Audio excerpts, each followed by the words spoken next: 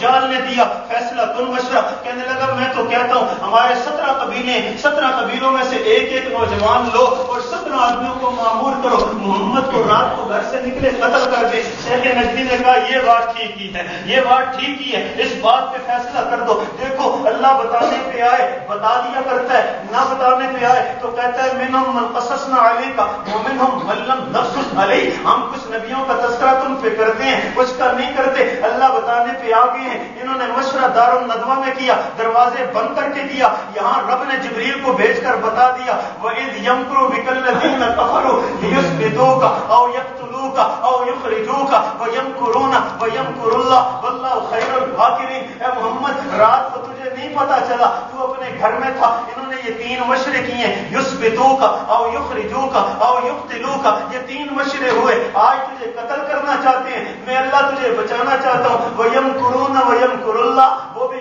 مکر اور فریب کرتے ہیں، میں بھی ایک تدبیر کرتا ہوں اور تو دیکھے گا تدبیر میری ہی کارگر ہوگی، تدبیر میری چلے گی۔ کس طرح چلے گی؟ فرمایا تو نے یہ کام کرنا ہے، تو نے ابو بکر پہ اعتماد کرنا ہے، تو نے یہ کرنا ہے، تو نے ابو بکر پہ اعتماد کرنا ہے، ابو بکر کے ساتھ نکلنا ہے۔ میرے آقا اللہ کا حکم پا کے ایک مٹھی خاک کی لے کر 17 تلواریں چمک رہی ہیں، 17 نوجوان کھڑے ہیں، میرے آقا نے مٹھی خاک کی لی، سورہ یاسین پڑھی، سورہ یاسین پڑھنے کے بعد ما رمیت اذ رمیت ولکن اللہ رما کہہ کر حضور علیہ السلام نے یوں خاک کی مٹھی پھینک دی۔ پھینکنا آقا کا کام تھا، سب کے سب فرماتے ہیں حضرات سیرت نگار، ابو جہل اس سے پہلے آیا تھا ان 17 نوجوانوں کو کیا ٹرین کرنے کے لیے، کہنے لگا غرور میں آ کر، تکبر میں آ کر، خوشی میں اور بطرح میں آ کر کہنے لگا یہ محمد یہ کہتا ہے، یہ محمد کہتا ہے کہ میرا مانو گے تو تم مزے کرو گے، نہیں مانو گے تو میرے بندوں کے ہاتھوں سے قتل ہوگے، آج یہ خود قتل ہو جائے گا۔ میرے آقا نکل کر مٹھی خاک کی بھر کے یہ سن رہے ہیں اور ایک جملہ فرما رہے ہیں، ہاں ابو جہل تو ان میں سے پہلا آدمی ہے جو میرے صحابہ کے ہاتھوں قتل ہوگا، تو ان میں سے پہلا آدمی ہے جو میرے صحابہ کے ہاتھوں قتل ہوگا، تو بھی ہے۔ ابو جہل بھی آنکھیں ملتا رہ گیا، 17 نوجوان بھی آنکھیں ملتے رہ گئے، اندر علی لیٹے ہوئے ہیں، باہر ابو بکر کو لے کے حضور چل پڑے ہیں، حضور علیہ السلام چل پڑے ہیں۔ میرے آقا صلی اللہ علیہ وسلم پہنچنا چاہتا ہوں، میرے آقا نے ابو بکر صدیق کو لیا۔ یا لوگ ایک بات سنتے سناتے رہتے ہیں کہ حضرت ابو بکر نے 2 اونٹنیاں پالی تھیں اور فرمایا تھا کہ حضور یہ دونوں اونٹنیاں میں نے ہجرت کے لیے پالی تھیں، یہ لے لیں۔ حضور نے فرمایا نہیں میں قبول نہیں کروں گا۔ حضور نے 800 درہموں کی وہ 2 اونٹنیاں ابو بکر نے لی تھیں، جن میں سے 400 درہم رسول اللہ نے ادا کیے کہ اپنی اونٹنی کی قیمت میں ادا کروں گا، 400 درہم رسول اللہ نے دیے۔ سوال یہ پیدا ہوتا ہے کہ حضور کی سچی روایت ہے، حضور نے فرمایا جتنا مال ابو بکر نے مجھ پہ لگایا، جتنا تعاون ابو بکر نے کیا، میں احسان کا بدلہ چکا ہی نہیں سکا، اللہ چکائے گا۔ پھر یہاں کیا ضرورت پڑی کہ اونٹنی کا اصرار کیوں کیا کہ تیری اونٹنی قبول نہیں کروں گا، میں اپنی اونٹنی کے پیسے خود دوں گا۔ حضرات سیرت نگاروں نے ایک جملہ لکھا پیارا، فرماتے ہیں اس لیے حضور جانتے تھے ابو بکر نے بڑی دولت لگائی ہے، میں چکا نہیں سکا، بڑی جان ماری ہے، میں چکا نہیں سکا، لیکن آج حضور کا اصرار اس لیے تھا کہ ہجرت اسلام کے بعد سب سے بڑی عبادت ہے، ہجرت اسلام کے بعد سب سے بڑی عبادت ہے۔ میرا موضوع ہٹے نا تو میں کہوں وہی ہجرت کر کے تو اسامہ آیا ہوا ہے، وہی ہجرت کر کے تو ایمن الظواہری آیا ہوا ہے، وہی ہجرت کر کے تو یہ افغانی آئے ہوئے ہیں جن افغانیوں کو تم صبح شام بدنام کرتے ہو۔ اسلام کے بعد سب سے بڑی عبادت یہ ہجرت ہے، جو ہجرت عرب کے لوگ کر کے یہاں آئے ہیں، افغانستان والے کر کے یہاں آئے ہیں۔ میرے آقا نے ہجرت جو سب سے بڑی عبادت تھی اسلام کے بعد، اس عبادت کے سفر میں اپنی شرکت کرنے کے لیے یہ فرمایا ابو بکر سارے تعاون تیرے قبول کروں گا، لیکن یہاں پر اپنا پیسہ میں خود لگاؤں گا، یہاں پر ہجرت کے لیے اس عبادت میں شرکت کے لیے اپنا پیسہ خود لگاؤں گا۔ میرے آقا اونٹنی پہ سوار ہو کے جاتے ہیں، آگے لمبا سفر ہے، میں ربیع جمادہ ثانیہ کے اندر اس کو تفصیل سے ذکر کروں گا۔ حضور علیہ السلام بنو قبا کے محلے میں پہنچے اور قبا کا محلہ کلثوم بن حدب سردار ہے، کلثوم بن حدب سردار صحابی ہے، اس کے گھر میں حضور نے 4 دن قیام کیا اور اسی کلثوم بن حدب کی جگہ ہے جس جگہ میں یہ کلثوم بن حدب اپنی کھجوریں کاٹ کے لا کر چاہے وہ سکھاتے ہیں، ہمارے یہاں کھلاڑا ہوتا ہے کہ گندم کاٹو جہاں پہ رکھو، وہ کھلاڑے کی جگہ ہے، عربوں کے ہاں یہ جو ہے وہ ہوتا تھا جہاں کھجوریں سکھاتے تھے، وہ جگہ مربت کہلاتی تھی، یہ مربت تھا کلثوم بن حدب کا۔ رسول اللہ صلی اللہ علیہ وسلم نے فرمایا یہاں اگر میں مسجد بنا دوں، فرمایا اللہ کے رسول سر آنکھوں پہ، میرے آقا صلی اللہ علیہ وسلم نے ملت اسلامیہ کی پہلی مسجد کی بنیاد رکھی. ملت اسلامیہ کی میں آقا نے بعثت کے بعد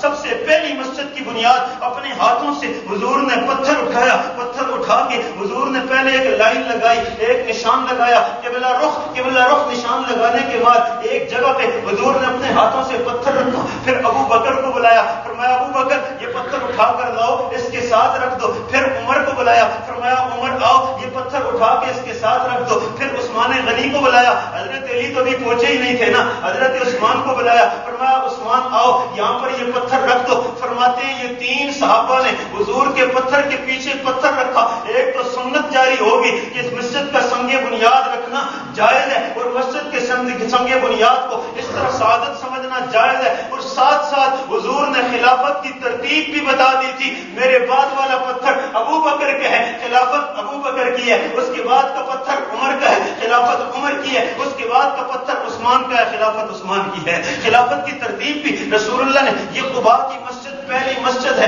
حضور نے اس کا نام رکھا قباء مسجد. نبی علیہ الصلوۃ والسلام نے پہلی مسجد جو بنائی وہ قباء مسجد ہے. میں اس کے فضائل و مناقب میں جاؤں گا, پورا ایک جمعہ درکار ہے. ایک جملہ کہتا ہوں, میرے آقا صلی اللہ علیہ وسلم پہ آیتیں اتری, لمسجد اسس علی التقوی من اول یوم حق ان تقوم فیہ. مسجد کا نام تھا قباء. یہ قباء مسجد, اس کی تعریف اللہ نے کی. یہ مسجد قباء والوں سے ہم راضی ہیں کہ یہ پاک ہے. رسول اللہ نے ایک سردار سے پوچھا, اللہ نے تمہیں پاک کیوں کہا ہے, کون سی پاکی ہے؟ اس نے کہا جی مسئلہ یہ ہے, لوگ خالی ڈھیلے استعمال کرتے ہیں استنجا کے لیے, ہم ڈھیلے استعمال کرنے کے بعد پانی سے بھی استنجا کرتے ہیں, پانی سے بھی استنجا کرتے ہیں. حضور نے فرمایا اسی وجہ سے تمہاری تعریف ہوئی ہے. اسلام کی پہلی مسجد مسجد قباء ہے. میں اپنی بات کو ختم کرنے سے پہلے اپنی سعادت سمجھتا ہوں. میرے ساتھیوں, آج سے تقریباً 7-8 سال پہلے میں آپ کے پاس یہاں پر آیا. ہم نے آج تک اللہ کے فضل سے, مجھے تصنع کی ضرورت نہیں ہے, مجھے بناوٹ کی ضرورت نہیں ہے,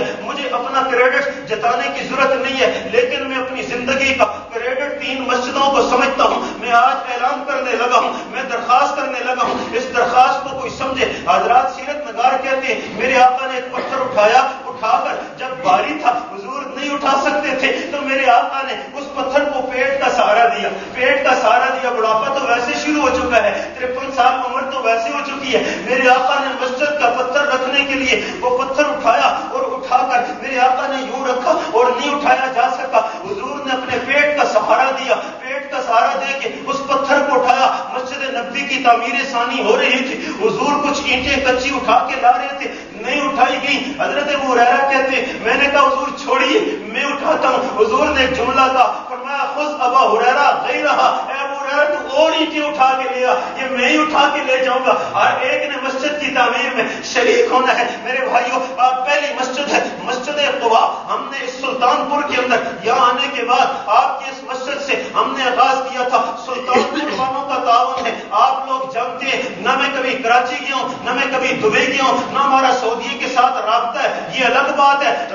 دکانوں پہ بیٹھ کر ہمارے خلاف لابنگ کرنے والوں نے, یار لوگوں نے یہ بھی کہہ دیا ہے ان کے مدرسے کو ملا عمر چلا رہا ہے. لوگوں نے یہ بھی کہہ دیا ہے ملا عمر جس کو خود مکئی کی روٹی نہیں ملتی کھانے کے لیے, میرے جامع ابو بکر کو ملا عمر چلا رہا ہے, میری مسجد کا فنڈ ملا عمر دے رہا ہے, اسامہ بن لادن دے رہا ہے. یار کوئی بات وہ کیا کرو جو کسی کی عقل میں آ سکے, جو کوئی تمہیں شاباش تو دے سکے نا, جو تمہیں جو ہے وہ تعریف تو کر سکے نا. اس لیے میں عرض کرنے لگا ہوں, ہم نے مسجد ابو سفیان ابھی تک زیر تعمیر ہے. میرے بھائیوں, مسجد ابو سفیان 3 منزلوں تک پہنچے ہیں. وہاں آپ کے سامنے 100 سے زیادہ طلبہ پڑھ رہے ہیں, لیکن ہم نے یہ نہیں دیکھا کہ اس مسجد تک محدود ہو کے رہ جائیں. ہم نے 2 مسجدوں کے کام کا آغاز کیا. جس ایک مسجد کا کام میرے بھائی, میرے دوست, میرے ساتھی مشتاق احمد عباسی صاحب, اللہ ان کی ساری نسل کو قبول فرمائے, اللہ ان کو اجر عطا فرمائے. جس پلاٹ کی قیمت ان کو 30 لاکھ ملتی تھی, 30 لاکھ کا پلاٹ بکتا تھا, منتیں کرتے تھے, لیکن وہ پلاٹ انہوں نے اللہ کی رضا کے لیے, محلے والوں کے اسرار پر مسجد کے لیے وقف کیا ہے، ہم نے اس مسجد کا نام ہی مسجد قباء رکھا ہے، اس مسجد کا نام ہی مسجد قباء رکھا ہے، اور انشاءاللہ اگلے جمعے انشاءاللہ عصر کی نماز کے بعد وہاں اس مسجد کے تعمیری کام کے آغاز کے لیے انشاءاللہ مولانا قاضی عبد الرشید صاحب، حضرت مولانا شاہ عبد العزیز صاحب تشریف لائیں گے۔ میں پہلی دعوت آپ کو دے رہا ہوں، بعد میں بھی آپ کو دعوت ملے گی۔ یہ مسجد قباء اللہ کرے اسی مسجد قباء کی سنت پہ چل پڑے، یہ مسجد قباء کو اللہ کرے اتنی قبولیت مل جائے جس طرح پہلے۔ اور میں پھر کہتا ہوں، میں علی اعلان کہتا ہوں، مجھے مسجد بنانے سے قطعاً یہ غرض نہیں ہے میں وہاں امامت کروں گا، میں وہاں تنخواہ لوں گا، میں وہاں وظیفہ لوں گا، خدا را میں اس کے ساتھ ساتھ میں دوسری مسجد کا بھی اعلان کرتا ہوں، ان قریب ہم اس کو شروع کریں گے۔ محلے والوں کا اصرار ہے، مسجد علی المرتضیٰ یہ روڈ پر، اور ہمارے ساتھی ہیں جناب جامی صاحب انہوں نے 1.5 لاکھ روپیہ اس مسجد کے لیے دے دیا ہوا ہے۔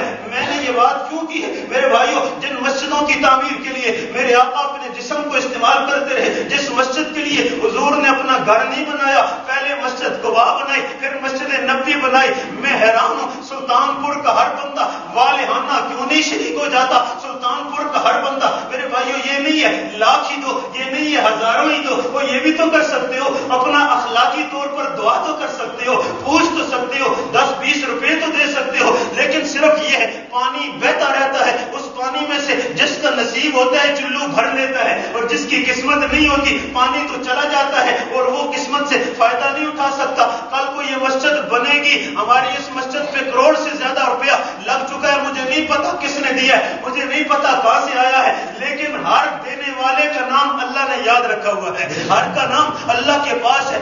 آؤ جس کے پاس وسعت ہو، جو اپنے مال کو پاک کرنا چاہتا ہو، میں ان 2 مسجدوں کا نام لیتا ہوں، مسجد قباء میں اپنی شرکت کر دو، مسجد علی المرتضیٰ میں اپنی شرکت کر دو، اور یہ 2 مسجدیں ایسی ہیں میں قسم کھا کے کہتا ہوں سلطان پور میں درجن سے زیادہ ایسے لوگ ہیں ہمارے مسلک کے، ہمارے پاس جمعہ پڑھنے والے درجن بھر سے زیادہ لوگ ہیں جو چاہیں تو اکیلی مسجد خود بنا سکتے ہیں، میں قسم کھا کے کہتا ہوں، اور ان کے کاروبار میں فرق نہیں آئے گا، ان کے اکاؤنٹ میں فرق نہیں آئے گا، صرف اللہ سے مانگو، صرف اللہ سے دعا کرو، اللہ رب ذوالجلال حضور علیہ الصلوۃ والسلام کی مسجد قباء اور مسجد نبوی کی طرح ہمیں مسجدوں ہی کے لیے قبول فرمائے۔ ہمارے بزرگ ہیں حاجی عبد القیوم صاحب جھگڑے سے یہاں آئے، یا بیچارے معذور ہو کے بیٹھے، میں نے ان سے ایک جملہ کہا اور میں دل سے کہتا ہوں، میں نے ان سے کہا اللہ مجھے اور آپ کو مسجدیں بنانے کے لیے قبول کر لے، ایک بن جائے اللہ دوسری میں لے جائے، دوسری بن جائے اللہ تیسری میں لے جائے، اللہ اسی حالت میں ہمیں وفات دے دے۔ میرے بھائیو اس جذبے کی درخواست کرتا ہوں، اللہ مجھے بھی آپ کو بھی قبول فرمائے۔